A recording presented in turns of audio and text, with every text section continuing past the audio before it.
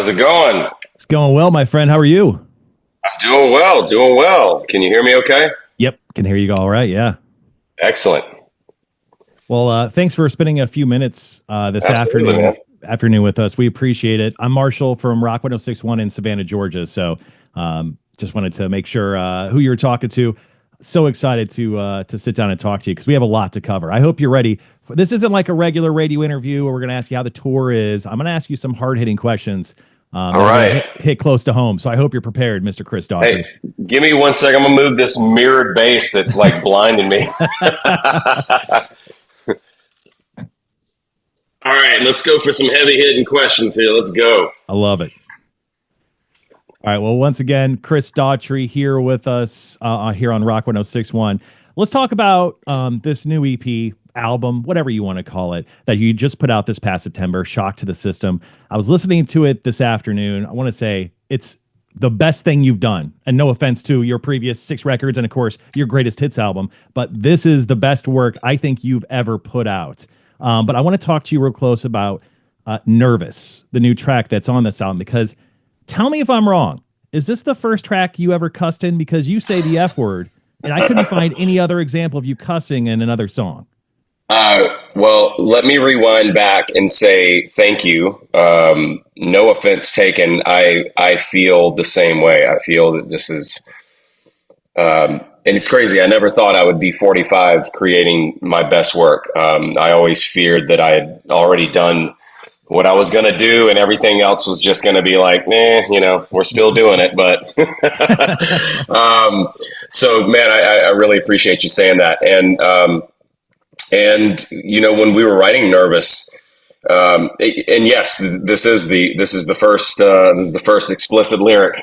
Not for any other reason than I feel like I'm in a place now where I'm doing what I want to do, and I don't have anybody that tells me I can't. You know what I mean? And when we were writing that song, it was just the only lyric that made sense to end it with. And we tried we're like, are we trying too hard here to, sound cool by saying the F word or whatever? And we're like, no, it's the only thing that makes sense to put into place. It really says what we're trying to say here. Everything is fucked. This song is about just that feeling that we all go through where we're just like, man, it feels like at every turn there's something, and life is just hard, and I'm feeling every bit of it, and it feels like I can't, get ahead or whatever, just life was particularly hard during that time when I wrote that song, and that's how it came out. And we even tried to be creative in the vocal booth on like making it a little more subtle. We're like, no, that's not working.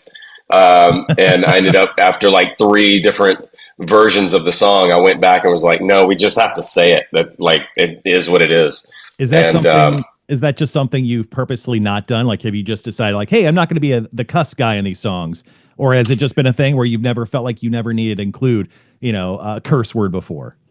I think I did a lot of placating early in my career to to formats, to record labels, to management, to just, I had this idea of what people expected of me, and I don't think I was strong enough in my own self-awareness and own vision to do otherwise. And it took me quite a few years and quite a few left turns to make the right ones. So here we are now, and I could not be more in touch with who I am as an artist, as a human being, and I just stopped really giving a shit what other people thought and what other people may expect of me because of what they thought I was, or who they thought I was, or where they found me, or where I came from, or whatever. I kind of shed all of that and just started writing for me. Yeah, you definitely seem like you've become another version of yourself, especially with the new album, Shock to the System. Once again, it's been out for a little while. We are going to see a part two to this album. I think I saw a picture on you on Instagram in the vocal booth. Yeah. Yeah. Recording some stuff, but that's future you. We're not talking about future you. Let's talk about present you. Yeah. You have the Damn video, which is incredible. We have a lot to go over with that. Now, that was directed by, I think his name is Jensen Noen. That's correct. Yeah. He did some amazing work with Falling in Reverse this past year. Pretty much every Falling in Reverse video you've seen over the past year and a half, he's the guy behind it. A couple things with this video. One, did it hurt to die so many times? Because you do a lot of dying in this video. First of all, that dude's going to be doing movies one day, like big movies. His abilities as a director are incredible. I absolutely loved working with Jensen. We've been wanting to work together for a long time, and I had this idea when I was thinking about this video. I knew I knew two things. I didn't know what the story was going to be, but I knew I was going to be wearing war paint, and I knew it needed to be in the desert. I was really heavily inspired by Mad Max and Dune. Oh yeah. And I was like, the only dude that's going to be able to capture this scope is Jensen. And, we worked out our availabilities, and he helped me kind of come up with the storyline. And when he sent it to me, I was like, awesome. I die.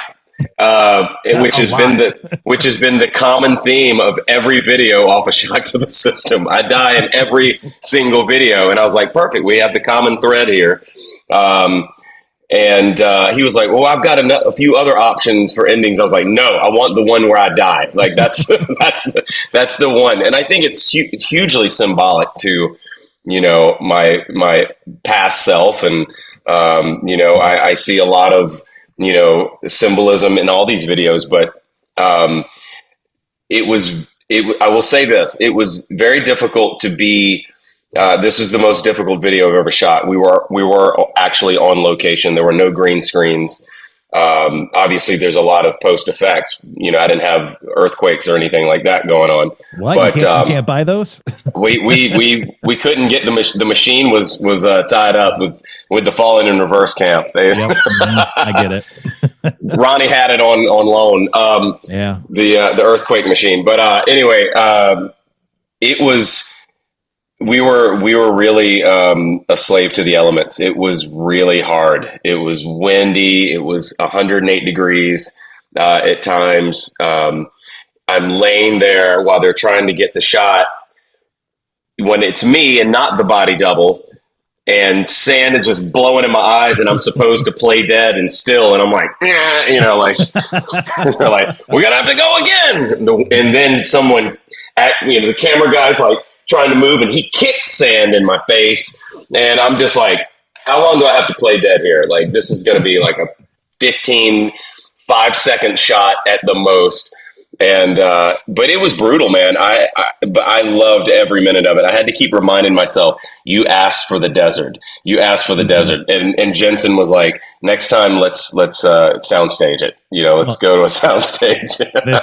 The video looked incredible. People can watch it on YouTube. Man. We'll also link it in the comments on this video. One quick question. Now, I feel like this is kind of obvious. At the end of the video, spoiler alert, everyone who hasn't seen it, you kind of get transported. I feel like this is not the end of that video. I mean, it's the end of that song, but I feel like Shock to the System Part 2, we're going to pick up from that. Is that a crazy thing to say out loud? It's not crazy to think that. I so far I haven't done any videos on this record that continued, but I do think that one kind of warrants an answer. What dimension did I go to, or did I just reincarnate into another version of myself or whatever. But that is interesting. And I would like to explore that. And as you're saying that, I'm thinking, what song off of Part 2 could this work for? And I'm going to have to really start getting the gears going. But I mean, we're a sequel infatuated society. So you've got to be a sequel to that. I mean, Look, I'm into comic books. Everything's a sequel. Like, you I mean, know, you see behind me, I got a few there myself. much respect. Well, hey, let's talk I got about. the Keaton. I got the Keaton Batman I cowl saw back that. here, creeping in the shadows. I want to bring up something because my entire life I've heard about it. So about a month ago, you celebrated a birthday. Happy, I think it's 45th. Is that correct? 45th, man. Thank you. Yes. So my brother's birthday, you guys were born the same year, but he was born on Christmas Day. So every Oh year, shit. my entire life, I was told, you're so lucky to be born in November. I have the worst birthday. Would you agree? Is having a Christmas or Christmas adjacent birthday, is it the worst? Was it the worst growing up for you? It's kind of all I knew. By the way, what day in November? November 8th for me. Okay, my twins are the 17th. Yeah, it's kind of all I knew. And my brother, he was born January 6th, so which was only like a week later. And so a lot of times, my mom and dad would just wait until then and just do a combination birthday at the like skating rink or whatever, and we Yep. share it. It was like no one ever there was never a big deal made out of my birthday growing up, and I remember, as a kid, you're always aware of which presents are yours under the tree. Like Oh yeah.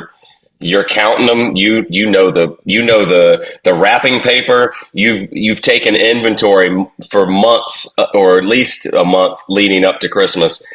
And I remember this one year, I had gotten done unwrapping presents, and I was like, oh shit! I remember there was a there was one that was in gold wrapping paper, and my mom's like, I don't know what you're talking about. I was like, yeah, yeah, yeah. It was like this big, and it was gold. It was like the only one in gold. And she was like, I don't know what you're talking about. Well, guess what I got the next day? That's mean. That's mean. She put it in plain sight the she's entire like, she's time. like, they were like, I just imagined, oh shit, we forgot his birthday. Let's pull this one here and let's save it for tomorrow. So yeah, that was kind of my life growing up, and I didn't really know any different. And now at 45, I want to do absolutely nothing for my birthday. Like my kids, and wife got a little cake. That was it. That was the extent of the excitement, and I was good with it. I was like, let me just have my day at the gym and do what I wanted. Like, don't call my name. Don't ask me for anything. I'm not here. That's how I want to spend my birthday. I think everyone past the age of 40, it just suddenly becomes that way. We become Yeah. little introverted hermit selves. So we're like, oh, it's my Yes. birthday. Don't say anything to me. Yeah. I don't want to. I don't even want to respond to the texts. Yeah. Like, don't even remember my birthday. Well, speaking of special days, I think today's a little bit of a special day. I think it's coming out very soon. It's coming out today at some point, but I've been told you're featured in actually Inked magazine. Oh yeah, yeah, yeah, Yeah. yeah. I was like, oh, what's happening today? Yes. That is what I've been told as well. So yeah, that's pretty cool. I'm excited about that. So you've gone the way of blackout tattoos. And we've seen that Yes. kind of popular rise recently, but yours are ridiculous, man. They look fantastic. Thank And you. and they're obviously going to showcase those in Inked magazine. Is it weird for someone to be like, take your shirt off? We're going to take pictures of your tattoos now. Was that weird? I mean, did you have like a photo shoot for it, or did you just have Actually, pictures? we did some shots at the tattoo studio when it was freshly done. So, a lot of these photos, like one arm is like still swollen, and and my hand is like humped over. We didn't end up having a chance to do a photo shoot, but so these were all like fresh pictures from the day that it was finished, and then some shots in the wild on stage. But no, I mean, I've spent the last three videos with my shirt off, pretty much, and I do work hard for it, so I'm not self conscious about it. But it was an extremely, look. I had tattoos before, and I thought that, like, oh, I've done like 11 hours and 13 hours here, and it's no big deal. This is not the same thing. This is absolutely excruciating. Another level the of tattoos. Another level of pain, my friend. I was in, there were moments where I was trying to just leave my body and go, this isn't real. This isn't real. You asked for this. You asked for this. It seemed Um, like the year of 2024 was you just asking for a whole bunch of pain. a whole bunch of pain, man. Hand kicked in your face, tattoos. Well, hey, I know you need to go. I know you got other stuff to do, other interviews to do. I just want to say, hey, man, thank you so much for the time this afternoon. I'm going to be seeing you Sunday of Welcome to Rockville, May the 18th. We're going to be on Yes, the main stage. Don't you dare deny my interview request. We're getting together. dude. We will hang out, and I will have another session of chatting because I have a lot more that I want to talk to you about. You are absolutely amazing to talk to, and I would be glad to see you and follow up on this conversation. And that's our first Rockville, so I'm pumped. Yeah, Yeah, it's gonna be we're fun. very excited to see you there. Well, Chris Daughtry, thank you so much. We will talk Thank you, to you soon, John. my friend. I appreciate you, John. Thank See you. ya. Later.